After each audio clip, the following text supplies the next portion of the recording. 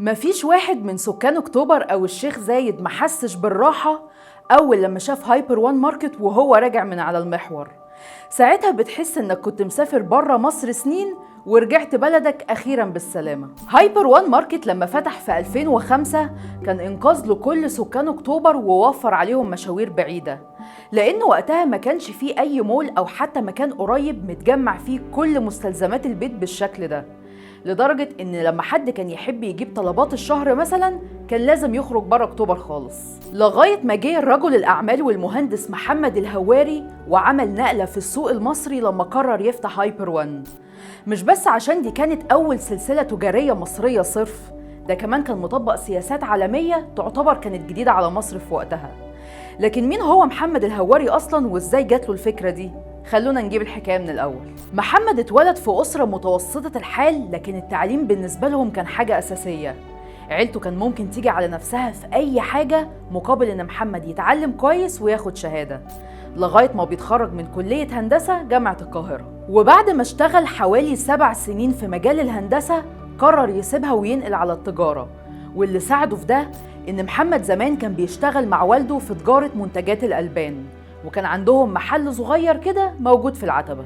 وفعلا بدأ محمد يدرس التجارة والتسويق علشان يبقى ملم بالموضوع كله من الناحية العلمية والعملية، وبدأ يطور من محل والده واحدة واحدة لغاية ما وصل إن اسم الهواري بقى منتشر في كل مكان ومعروف بسمعته الطيبة خصوصا في منتجات الألبان. المهم إن محمد بيحس إن النجاح اللي حققه ده مش كفاية، فقرر يتوسع أكتر ويفتح فرع كمان في ميدان لبنان في المهندسين. ومش بس كده، ده كمان استغل دراسته في التسويق وطبق أحدث نظام تسويق موجود في العالم، وفعلا بينجح لدرجة إن الناس كانت بتبقى واقفة قدام المحل بالساعات وبالطوابير. يسكت الهواري على كده؟ لا طبعا. وقتها كان في مصر كذا سلسلة تجارية عالمية زي سانسبيري مثلا، فقعد محمد يفكر هو ليه ما يبقاش فيه سلسلة تجارية مصرية صافي؟ واللي ساعده إنه ياخد القرار ده إن ناس كتير وقتها كانت بتقاطع السلاسل دي، وكمان شركات كتير سحبت نفسها من السوق المصري.